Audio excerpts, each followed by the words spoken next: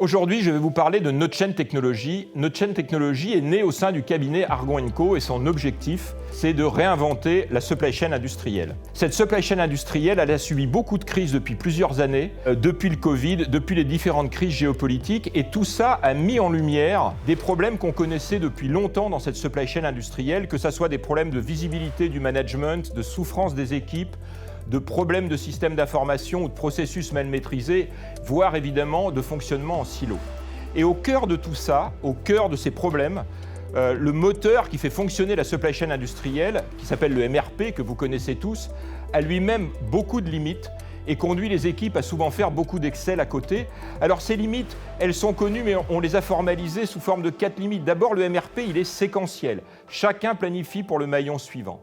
Ça, c'est la première limite. La deuxième limite, c'est que le MRP, il est on-off.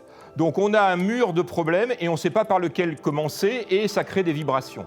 Le troisième sujet, c'est que le MRP, il n'a qu'un seul signal. Ça, c'est beaucoup plus compliqué, beaucoup plus fin et j'y reviendrai tout à l'heure.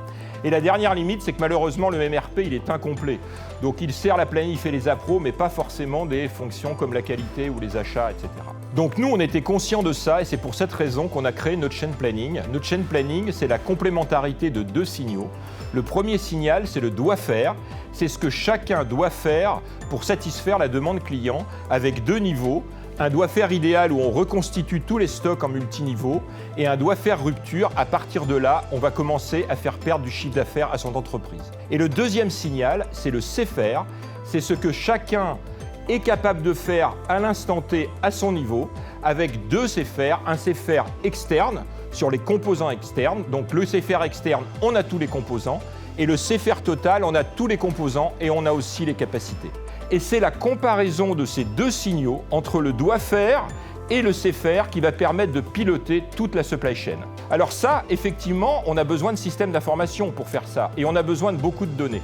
NoteChain Technologies, ça absorbe toutes les données de l'ERP et ça fait un certain nombre de calculs, dont certains extrêmement complexes, et ça produit des dizaines de use cases qui permettent de piloter la supply chain. Vous en voyez 3 exemples, je vais simplement commenter le premier.